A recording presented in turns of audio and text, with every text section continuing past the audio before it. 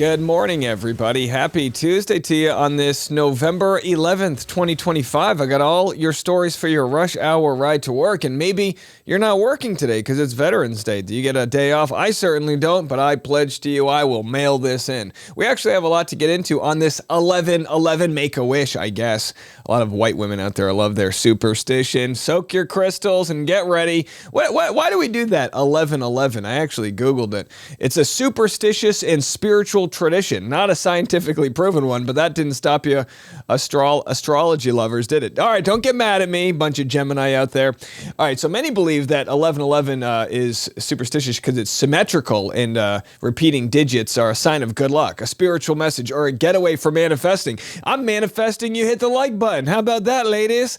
Anyhow, in today's episode, we'll get to Blake Lively versus Justin Baldoni. They've come to an agreement on extending expert discovery. It's not a big deal, but I'm going to share it with you anyway. And then we have an update on the Justice for Clayton community as it appears that Laura Owens has filed, I guess, I don't know how they know this, but she's filed a bar complaint against some of her adversaries. If she could file a bar complaint against me, she would have done that like 17,000 years ago. Can you do that on YouTube? No bar complaints here. So we'll get into these stories. Plus, Marjorie Taylor Greene getting called out again by Donald Trump. I don't even know. It almost breaks me to say this. One of the only voices of reason right now in the Republican Party. All right, we'll get into that. All these stories and more starts right now on The Rush. And how about this? Laura Owens has filed a bar complaint against both Omar Serrato and Rachel Juarez. I mean, does this even surprise you anymore? This is being reported by victims of Laura Owens on Instagram. We'll have to see when the information comes out what that bar complaint might be about. I have no idea. All I know is that they left their loved ones to go to a trial where Laura didn't even show up. This being last week's trial where she tried to get a domestic violent restraining order extension on Mike Maricini. The judge threw it out, said, "You're not going to show up. We're not going to do this." Laura is filing some sort of appeal, claiming she didn't have accommodations for her disability. I don't know. I don't care. Either way, still no word on whether the trial of the century, which is the state of Arizona versus Laura Owens, will be held in January or if they're going to push it. But I'll tell you this. If I do go to Arizona for the month of January for this trial as an expert witness, first of all, I'm going either way, whether I'm going as a witness or a commentator. I will be there. But also, I plan on doing some stand-up shows. So make sure you go to rushhourwithdave.com and sign up for my mailing list. I just got a show on the books for December 6th in New York City at Westside Comedy Club. It's a late night show Saturday night. I'm going to have a lot more shows on the books. So make sure you sign up for free at rushhourwithdave.com. All right, here it is. The shutdown is over, but it is abysmal. Look at this, Newark Airport. Get ready for your Thanksgiving travels. Here it is, a line up the wazoo. It looks like Disneyland here, you know what I mean? You need to get one of those express passes to get to the front of the lane, but of course, there's been a little bit of a shortage with air traffic controllers and whatnot. Trump says, get back to work, and they say, pay me, bitch. And pretty soon, hopefully, they'll be back in full force. Well, here's your relatively small, although I'd like to sensationalize it as much as possible. Here is your relatively small update with Blake Lively versus Justin Baldoni. It was written by both, or I should say signed by both Blake and Baldoni's sides. They agree on something. To settle this case, no. But they do agree they need more time. In accordance with the different sections, they say they would like to stipulate and move the court for an order modifying the court's case management plan and scheduling orders to extend the deadline for the completion of expert discovery by 1 week from December 5th to December 12th, solely as it relates to depositions of expert witnesses. All right, holidays around the corner. Transportation's very slow thanks to the shutdown. Thanks, Obama. Thanks, Biden. Whatever. Whoever they want to blame it on. Either way, the deadline right now, I guess they both have decided they need more time. Now, what will these these experts look like? Well, both sides can call on an expert of their choosing to explain why they think their side needs X, Y, and Z, right? In the case of Laura Owens, she had an expert who claimed she was pregnant. He had this saying, everyone dribbles before they shoot. And of course, she never actually had sex. in her case against Clayton Echard, she only gave him several oral varieties of tonsil hockey, if you know what I mean. So like the experts they're there. Sometimes they can help you. Sometimes they can hurt your case. If you have a bad expert, you might remember Amber Heard versus Johnny Depp. Johnny Depp had an amazing expert who testified about Amber Heard's histrionics. Whether it's true or not, she was extremely credible. The gender of the expert could make a difference, right? You wouldn't want an intimacy coordinator who's a man to be an expert for Baldoni. Why? Because that would look like, what the hell does he know? I mean, they think about these things, right? So you'll have experts on both sides and the depositions they'll get, and then they're going to bring them up and we'll see who's got the better expert. An expert measuring contest. So just in case I didn't miss anything, I asked ChatGPT to let me know what's going on. All parties, including Blake Lively, Baldoni, agree to extend the expert discovery deadline by 1 week from December 5th to December 12th to allow more time for expert depositions due to scheduling conflicts. Well, maybe they're coming to my stand-up show on December 6th. Who knows? The request doesn't affect other deadlines such as trial or summary judgment. The document is signed by multiple law firms representing both sides. So there it is, folks. They've and I thought, well, maybe they were going to extend the deadline because this is like maybe it's like the old Christmas extension, right? We got families to see. Hanukkah's around the corner. I don't know what Justin Baldoni does with his Baha'i faith. How about this? There have been famous instances in the past where they did a truce. The World War I Christmas truce in 1914 was a temporary ceasefire where both sides broke out in a soccer match, which is both really great for humanity to see that sports can bring us together and we have more in common than apart. But it also sucks. I mean, imagine having to kill somebody and then you get to play some soccer and then you have to go back to killing them. I mean, war is a terrible thing. And while Baldoni and Blake Lively, I would never want to compare them to war. What they're facing is much lesser charges, although very important for them, especially for Baldoni, for his own livelihood here. It is interesting to see that in the past, we can carve out time. But is the judge a Grinch? Will he get the extension? We'll have to see. Why does any of that matter? It really doesn't. And by the way, we'll talk a little bit about Veterans Day at the end of the episode here. But I do have this. Look, I don't want to trash this article from realityt.com. I'm sure it's a very nice article. I don't know if they've won any Pulitzers, but it's what we have to work with today, folks. Okay, this is what we have to work with. Everyone else takes the day off. Your boy's here in the trenches, ready to deliver. I'm going to share what they have to say about Blake Lively. They go, look, she ain't no Beyonce. This story coming after a quick word from our sponsors. Telehealth has made mental health care more convenient and accessible for millions of people. Finding a suitable therapist and the expensive out-of-pocket costs still keep many from getting the care they need. Rula is on a mission to make high-quality mental health care from a licensed professional easy and affordable for everyone. Rula's got you covered. They take most major insurance plans, and the average copay is only $15 per session. Rula partners with a network of over 15,000 therapists and psychiatrists nationwide, enabling you to find your personalized solution and the right therapist for you. Thousands have already trusted Rula to support them on their journey toward improved mental health and overall well-being. Head on over to Rula.com/rush hour to get started today. After you sign up, they ask you where you heard about them. Please support the show. Tell them that we sent you. Go to RULA.com/rush hour. Take the first step towards better mental health today. You deserve quality care from someone who cares. Yeah, they got this article. Blake Lively thinks she is Beyonce, says producer. Blake Lively's legal team filed a lawsuit accusing Baldoni of damaging her reputation and derailing her career, allegedly costing her major brand deals, film roles, profits from her ventures, Blake Brown and Betty Buzz. The suit reportedly sought nearly $500 million in damages, though industry insiders remain skeptical. She's talented, sure, one studio exec told Rob Shooter's Scoop, but $161 million? Blake's not pulling Marvel money. Ryan's the brand, not her. Many in Hollywood shared the same doubts. Even her biggest movies didn't gross that much. This feels more like ego than economics, a veteran producer put it more bluntly, saying she's acting like a mogul when she's mid-tier at best. People are whispering she thinks she's Beyonce, despite the backlash.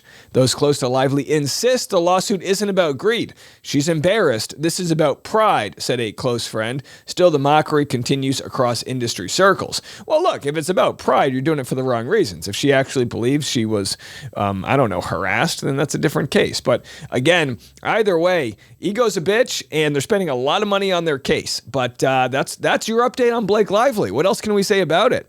Now, we have big dealings going on with the government. They're set to reopen, and Magic Mike Johnson there, Speaker of the House, is set to swear in Grivalda after nearly 50 days. So you might remember, Grivalda is the tying vote to get, and I'll have this explained actually by Marjorie Taylor Greene. She does a really good job, but she's the tying vote to get a vote on Epstein, and for 50 days. And again, people are saying, well, what's Mike Johnson going to do now to delay the Epstein files? There's no way they're just going to let these things come out. Well, we'll have to see. So Megyn Kelly here, this is fantastic. Megyn Kelly was interviewing Marjorie Taylor Greene, and Megyn Kelly was giving her a softball to go pro-Republican, go pro-Trump. Marjorie Taylor Greene's like, no, I think the government's shut down because of the Epstein files. Here's what she had to say. What's going on? Because the left, if you tune in to CNN or MSNBC any day right now, they think the whole government shutdown on the Republican side is because they don't want to do any work because they don't want to have any votes on Epstein. Right. What do you think? I tell you what, I've started to question, is this why we're not in session? Really? Now, I don't think the government is shut down or was shut down because of Epstein. I think that's why Mike Johnson sent the House of Representatives home, because they could have still been in Washington negotiating and doing all these other things. He sent them home to say, well, the government shut down, we might as well not be here. But I agree with Marjorie Taylor Greene. Oh my gosh, adios mios. Check my temperature. Yeah, this is that the discharge petition is sitting there. Explain that. So everyone, for how many years now, all of us have been calling to release the Epstein files. And Thomas Massey entered a resolution to release it. Yeah. And I'm a co-sponsor. I want to release the Epstein files. Doy. And it's been blocked over and over, unfortunately. And so there's a discharge petition. So just so you know, as a member of Congress, I cannot force my bills to the floor for a vote. Only the Speaker can decide to bring a bill to the floor for a vote. And so when the Speaker is refusing to bring a bill forward, if 218 members of Congress get together and all sign a discharge petition and we put our name on there, it overrides the Speaker and it's forced to the floor for a vote. So right now there's 217 signatures. And there is one... Mostly Dems. Yeah, mostly Dems. There's only 4 Republicans. And Thomas Massey, I'm surprised. Myself. I'm just surprised there isn't more outrage about this. How do they not have all of the signatures? You know, they say, well, we're doing our own research before letting it out. It's like, no, let them out. I mean, this idea, well, that we're going to hurt the victims. I mean, they've used every excuse possible to not release these things. Everybody in the public wants them released, probably 85+% of people. When are our elected officials going to start doing what the hell we demand of them? Nancy Mace and Lauren Boebert were the only Republicans on the discharge petition. Why are they so averse to it? Well, there's a lot of information that's coming out of our oversight investigation. I also serve on the oversight committee, so I'm involved in that investigation. And there was a batch of emails released just recently that showed that Jeffrey Epstein worked closely with Israel on different military contracts, their intel agencies, Mossad, and so forth. I've been reliably told you're anti-Semitic if you say that. Yeah, that's like the thing. But And you know what? You're not. You're allowed to criticize another country's government, Israel, and it not be criticism of its people. But what's very interesting is I've heard from a lot of sources that I trust, Ryan Grimm, who's left-leaning progressive, that it's absolutely true that Epstein actually was working in some clandestine form with the Israeli government. That was what everyone always assumed, right? Is that he was working with foreign governments. He had all of this dirt on people. And most Americans go, look, we don't even care. Like, he's dead. All we want to know is, who does he have dirt on? Who either was abusive or did whatever illegal stuff, right? Who are they? Expose them. And I've said before, I don't care if it's Bill Gates, Bill Clinton, Bill Nye the Science Guy. I hope not, but please, I don't care who it is. If it's half of Trump's cabinet or half of, I don't know, Biden. Like, we just want the truth out there. And I think that's the difference between a lot of people that see Trump as their cult hero, is that it's like, no, that's our favorite guy. We need to back our guy.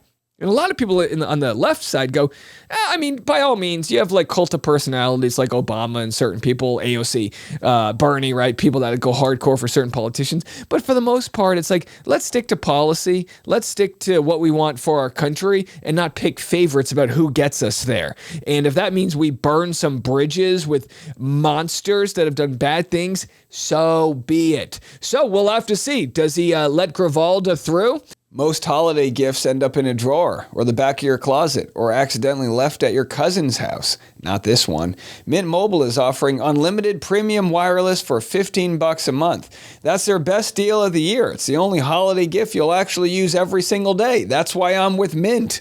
You get a 3, 6, or 12-month unlimited plan for $15 a month. You can bring your current phone and number over to Mint, get high-speed data, unlimited text and talk on the nation's largest 5G network. So don't get them socks, get them premium wireless for $15 a month. Shop Mint Unlimited plans at mintmobile.com/TRH. That's mintmobile.com/TRH. Limited time offer, upfront payment of $45 for 3 months, $95 for 6, or $180 for a 12-month plan. Required $15 a month, equivalent, taxes and fees extra, initial plan term only. Over 35 gigabytes may slow when network is busy. Capable device required. Availability, speed, and coverage varies. See mintmobile.com. So yeah, Trump not a big fan of Marjorie Taylor Greene right now. While speaking to reporters in the Oval Office, Trump was asked about recent criticisms from Republican Congresswoman Marjorie Taylor Greene, who has called on Trump to focus more on domestic issues rather than foreign affairs. Have a listen. Taylor Greene, who is a big ally of yours, said that she would rather see you focused on nonstop domestic policy meetings here at the White House instead of nonstop foreign policy meetings. What's your response to her saying that, and also saying that grocery prices are up and not down? When the president says there's virtually no inflation and that grocery prices are going down, do you agree with him on that? No, I go to the grocery store myself. Grocery prices remain high. Energy prices are high. My electricity bills are higher here in Washington, D.C. at my apartment. This is what's crazy. Like, why do we, this isn't she's specifically anecdotal because she's talking about herself, but like, we all know the facts that groceries up, energy's up. Like, we know certain things might be up more than others. Coffee's up like crazy. The tariffs have made different things go up. The fact that ICE has rounded up migrant workers has made produce go up because there's obviously less supply, So it's like, we all agree that grocery prices have gone up, and yet we're still being gaslighted by a guy who's probably never bought an avocado in his life. And they're also higher at my house in Rome, Georgia. But when I go back home and I talk to many of my constituents, I'm hearing stories of not only are we having a really hard time affording groceries and rent and things like that, but I'm also hearing stories about people maxing out their credit cards just to afford their monthly expenses. I don't know what happened to Marjorie. She's a nice woman, but I don't know what happened. She's lost her way, I think. But I have to view the presidency as a worldwide situation. Hold on. Make the world great again. Okay, so we've been pronouncing it wrong. I thought it was make America great again, but now it's a worldwide. You got to make the world great. You got to give Argentina their $40 billion. Like, okay, how do people still fall for this? Now, he's got the lowest approval rating. I mean, it couldn't be lower, I don't think. Fingers crossed. But wild. Okay. Not locally. I mean, we could have a world that's on fire where wars come to our shores very easily if you had a bad president. We had a horrible president. And by the way, USAID, which cost everyone like $100 per person, which was, all of this money that went to all these different causes. A lot of it went back to American companies, American farmers, but it was there to make sure other countries don't have disease outbreaks, that there isn't famine, that people aren't dying of preventative illness. And the idea behind that was, for only a little bit amount of money, we can help the world be a safer place. He's not doing that. He's thrown the world economy upside down. He's made a situation where there's no new jobs coming into the U.S. There's no new infrastructure. There's just other countries finding out how to kind of go around us. Canada wants to work with Vietnam now. Why work with America when all these threats are coming in, right? So it's like, what is he talking about? Somebody get your grandfather.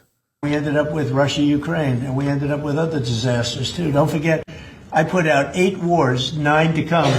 Somebody like Marjorie Taylor Greene, who's now catering to the other side. I don't know what, I guess she's, got some kind of an act going, but I'm surprised at her. But when somebody like Marjorie goes over and starts making statements like that, it shows she doesn't know.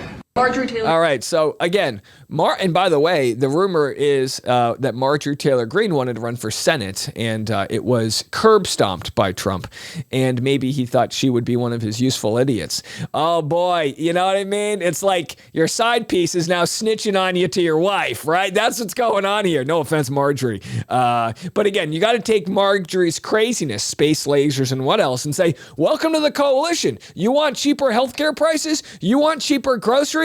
Let's go. Let's tax those ultra wealthy. Let's do it. So again, I'm not saying Marjorie's flipping sides, but at some point she's going to have to look in the mirror and think of her life post-Trump and just decide what side she wants to be on, which, is a decision a lot of us have to make. This is interesting. I'm going to share with you this video of a woman who was, living out of her car, and she was trying to stay at Second Reformed Church, just in the parking lot. She needed a place to crash at night, and one of the, folks of the church was filming her because, she shouldn't have been there, but it didn't go as planned. Have a listen. I just want to park my car and sleep. I'm not bothering anybody by being here. I don't cause any trouble. All I do is park my car here and sleep. That's it.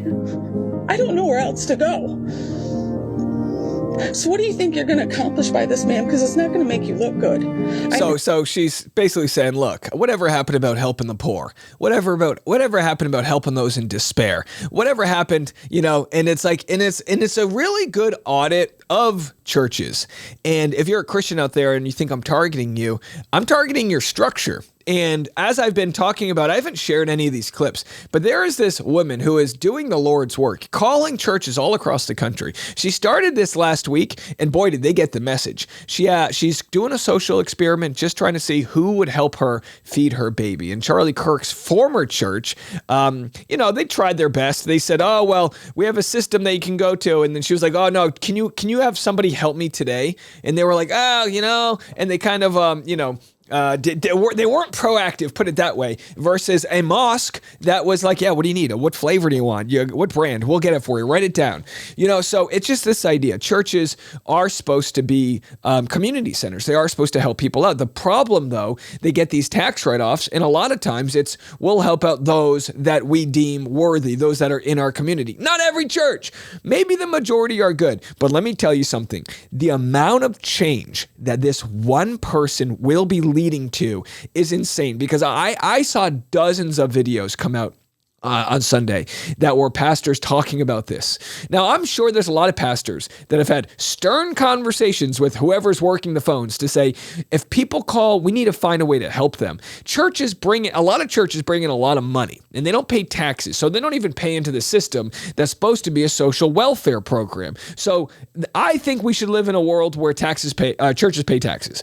But either way, it's interesting because the church pastor spoke against Zohran Mamdani, claiming that it's the church's job to care for the poor and not the government's. I think both can be true, but I think we shouldn't have to rely on churches. We should all pay into a system where we audit it, where we have controls and we have oversight and we make sure it's not being abused. We should have an efficiency program, and we should be able to use all that money that we get, those of us that are living in abundance, not just to fill potholes and fix bridges, but to help single moms out there, to get down to the root cause of why they're there, why they have to live in a car, why they're looking for just a place to spend the night, and house them. That's what Jesus was all about, helping the sick and poor. That's the world I want to live in. Now, it's Veterans Day, and speaking of people that have been abandoned in our country, right? They do this thing. They fly the planes over the football stadium. We love our troops. Well, show it. Well, show that we love our troops. Universal health care does not exist. We have veterans, health that is so bad that my father, before he passed, actually moved to a different state. He moved to a remote place in Alaska that didn't have a VA hospital because he just wanted a normal hospital because the system was so broken. I've had family and friends that say, oh, no, it wouldn't work. It can't work. Universal health care can't work because it doesn't work for the veterans. It doesn't work. Obamacare doesn't work. None of it works because we're not all in. You understand? We have to be, as a country, all in. We have to be all in on our tax money going to school systems. We have to be all in on tax money going to fixing crippling infrastructure. And we have to be all in on our health. Okay? Not just, hitting the unlucky lottery where you go into a crippling debt because you have some condition that racks up millions of dollars in health costs. The only way we support each other is not relying on some church to hopefully let you park in their lot. It's that we elect officials that we trust, that aren't represented by corporate money or money from another country, that go there and protect us and use that collected money to provide a social program so that we live in a world where we're not on the fritz, where we're not white knuckling it to work sick because we know we can't take a day off. We need to live in that world and we need to prioritize that world. And frankly, I know Trump says, oh, Marjorie's flipping sides. I'm seeing people start having a voice for Americans, and that's a dangerous place to be. And it might not be this coming election. Maybe it's not the next one. But if we continue to really root on those that have our best interest, that aren't taking all of this money from insurance lobbyists and all these dark places, that have our best interest, my belief is we get enough people that are fighting for us. That becomes the majority, and then we'll be, have a voice that fights for us. That's what I could hope for. Special shout out to all the veterans out there. We appreciate your service. But more than your service, I want you to have the resources to continue living your life. All right, we'll be back this afternoon. We'll see you then. I'm Dave. This is The Rush.